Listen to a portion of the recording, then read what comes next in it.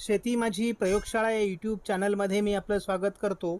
या चॅनलवर आपण नवीन असाल तर या चॅनलला सबस्क्राईब करा. या चॅनलचे नवनवीन व्हिडिओ पाहण्यासाठी बेल आयकॉन नक्की दाबा. आपणास व्हिडिओ आवडल्यास लाईक आणि शेअर अवश्य करा. नमस्कार, मी डॉक्टर मच्छिंद्र बांगर महाराष्ट्रातील हवामान परिस्थिती संदर्भात ताजा अंदाज व्यक्त करणार आहे. आपण बघतो की सध्या नाशिकसह पालघर परिसरामध्ये जोरदार पावसाचं अनुकूल अशा प्रकारचं वातावरण तयार झालेलं आहे. महाराष्ट्रात इतरत्रही तुरळक पावसाची शक्यता आहे. बंगालच्या उपसागरात कमी दाबाचं क्षेत्र विकसित होण्याची शक्यता आहे. एक नव्याने प्रभावी अशा प्रकारचा WD उत्तर भारताकडे सरकतोय. हा एकूणच हवामान प्रणालीचा भाग आहे. या मॉडेलने मात्र सध्या अहिल्यानगर, छत्रपती संभाजीनगर, पुणे या परिसरात पावसाचं अनुकूल ढग दाखवले आहेत. मात्र इतरत्र फारसं पावसाळी वातावरण दाखवलेलं नाही. बंगालच्या उपसागरात नव्याने कमी दाबाचं क्षेत्र विकसित होऊ शकतं किंवा एखादी हलकी चक्राकार स्थिती निर्माण होऊ शकते असा अंदाज आहे. भारतीय हवामान खात्याने नुकताच जाहीर केलेला एप्रिल, मे, जूनचा अंदाज महत्त्वाचा आहे.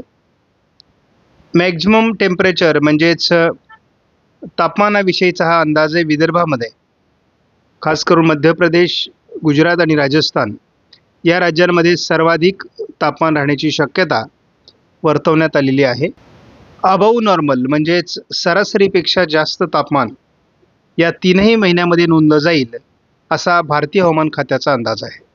विशेष म्हणजे फिगर 2A मध्ये म्हणजेच आकृतीच्या किंवा मॅपच्या दुसऱ्या चित्रात आपण जर बघितलं तर याचं महाराष्ट्र हे केंद्र आहे.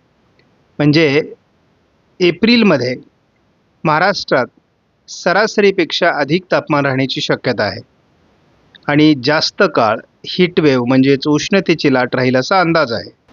आपण जर एप्रिल महिन्याचा अंदाज बघितला तर यावर्षी तसं एप्रिल महिन्याचा पावसाळी अंदाज हा सरासरीपेक्षा कमी पावसाचा आहे. विशेष म्हणजे याच्यामध्ये पश्चिम महाराष्ट्र, मध्य महाराष्ट्र आणि दक्षिण कोकण या विभागात पावसाची शक्यता आहे.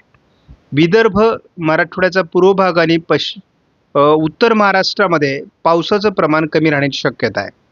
विशेष म्हणजे राजस्थान, गुजरात, महाराष्ट्राचा दक्षिणी भाग, त्याचबरोबर कर्नाटक, केरळ आणि तामिळनाडू आणि पूर्वेकडील काही राज्यात पाऊस सर्वाधिक होण्याची शक्यता आहे. आपण दिलेल्या अंदाजानुसार सध्या महाराष्ट्रामध्ये तापमान घसरलेलं आहे. काही ठिकाणी गारपीट झाल्यामुळे महाराष्ट्रातील तापमान उतरल्याचं स्पष्ट दिसतंय. आपण बघतो 7 तारखेला पुन्हा 40 पार तापमान जाण्याची शक्यता आहे. साधारण 8 तारखेपासून पुन्हा उष्णतेची लाट निर्माण होऊ शकते. 9 तारखेला आपण किंवा 10 तारखेला देखील उष्णतेची लाट महाराष्ट्रात राहणार आहे. मात्र पुन्हा एकदा 11, 12 आणि 13 तारखेला पावसाळी वातावरण तयार होत असल्यामुळे महाराष्ट्रात पुन्हा तापमान घसरण्याची शक्यता आहे. सध्या महाराष्ट्रातील पावसाचं वातावरण कमी झालं असून कर्नाटक आणि केरळ, तामिळनाडू या राज्यांकडे हे वातावरण सरकलं आहे. दरम्यानच्या काळात एक बंगालच्या उपसागरात चक्राकार स्थिती निर्माण होते आहे. उत्तर भारतात हलका WD आहे. GFS मॉडेलने 6 तारखेला महाराष्ट्रात पावसाची शक्यता दाखवलेली नाही, परंतु थोडं वातावरण कोल्हापूर, रत्नागिरी, सिंधुदुर्ग भागात निर्माण होऊ शकतं. एक चक्राकार स्थिती बंगालच्या उपसागरात विकसित होते आहे. बंगालच्या उपसागरातील चक्राकार स्थितीचा फारसा प्रभाव नाही आणि भारतातील पावसाचा प्रभावही कमी होतोय. आपण बघतो बंगालच्या उपसागरात नव्याने वातावरण तयार होत असल्यामुळे थोडं दक्षिण भारतात पावसाळी वातावरण काही काळ टिकून राहू शकतं. GFS मॉडेलने पुन्हा एकदा 9 तारखेपासून वातावरणात बदल होण्याची शक्यता वर्तवली आहे. बंगालच्या उपसागरात तयार झालेली चक्राकार स्थिती GFS मॉडेलने विशाखापट्टणमच्या आजूबाजूने सरकत असल्यामुळे पुन्हा एकदा महाराष्ट्रामध्ये पावसाळी वातावरणाचा अंदाज दिला आहे. तीच परिस्थिती काही अंशाने 11 तारखेला असेल. 12 तारखेला देखील भारताच्या अनेक भागामध्ये पावसाळी वातावरणाचा अंदाज आहे. 13 तारखेला देखील भारताच्या अनेक भागात पावसाचा अंदाज आहे. हा पावसाचा अंदाज 14 तारखेला देखील भारताच्या बऱ्याच भागात आणि महाराष्ट्रातही ढगाळ वातावरण निर्माण करेल. सध्याच्या अंदाजानुसार महाराष्ट्रातील पाऊस सध्या तरी उघडण्याच्या मार्गावर आहे. 6 तारखेला देखील पावसाची उघडीप आहे. 7 तारखेला देखील पावसाची उघडीप आहे, परंतु बंगालच्या उपसागराच्या मध्यावर एक वातावरण निर्माण होतं आहे चक्राकार स्थितीच्या स्वरूपामध्ये. 8 तारखेला हे वातावरण थोडं विशाखापट्टणमच्या बाजूने सरकण्याची शक्यता आहे. 9 तारखेला विशाखापट्टणमच्या आजूबाजूने या नवीन वातावरणाचा हलका प्रभाव जाणवायला सुरुवात होईल. 10 तारखेला आपण बघतो थोडं वातावरण बंगालच्या उपसागराच्या किनारपट्टी भागात आणि अगदी गोव्यापर्यंत अरबी समुद्रातून पावसाळी वातावरणाची शक्यता आहे. बंगालच्या उपसागरात तयार झालेली सिस्टम पुन्हा विरुद्ध दिशेने सरकत असल्यामुळे त्याचा फार प्रभाव महाराष्ट्रात पडताना दिसत नाही. 12 तारखेलाही महाराष्ट्रात काहीही प्रभाव नाही. 13 तारखेलाही विशेष प्रभाव नाही. 14 तारखेलाही विशेष प्रभाव नाही. 15 तारखेला मात्र पूर्व विदर्भात किंवा छत्तीसगड, ओरिसा, झारखंड या काही भागात आणि केरळ, तामिळनाडूमध्ये किंवा कर्नाटकमध्ये देखील पावसास अनुकूल परिस्थिती निर्माण होऊ शकते.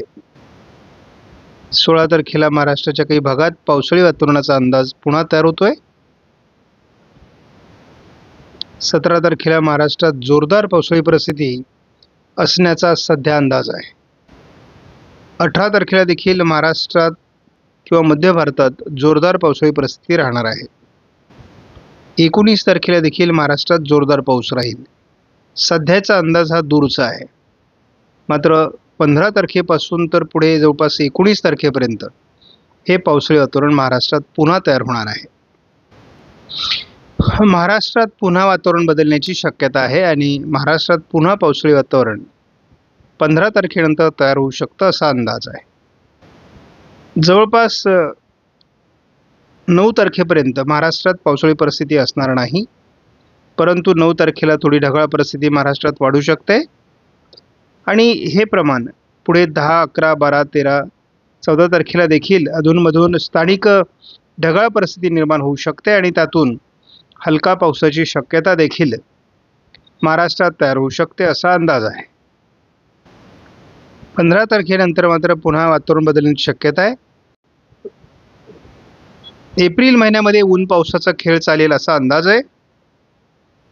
ज्या शेतकऱ्यांची कांदे काढणी असेल किंवा इतर तत्सम पिकं असतील ती शेतकऱ्यांनी काढून घ्यावीत, कारण आता 5 तारखेपासून 9 तारखेपर्यंत महाराष्ट्रात पूर्णपणे उघडीप आहे. 9 तारखेपासून 14 तारखेपर्यंत पुन्हा अतिशय विरळ पावसाचं वातावरण आहे. त्यामुळे मोठं पावसाळी वातावरण नाही, परंतु 15 तारखेपासून पुढे सातत्याने पावसाचं प्रमाण वाढत जाण्याची शक्यता आहे. या पार्श्वभूमीवर शेतकऱ्यांनी आपल्या शेतीच्या कामाचं नियोजन करणं आवश्यक आहे. आपणास व्हिडिओमधील माहिती महत्त्वपूर्ण वाटल्यास लाईक करा, शेअर करा, चॅनलला सबस्क्राईब करा. धन्यवाद. जय हिंद, जय महाराष्ट्र, जय बळीराजा.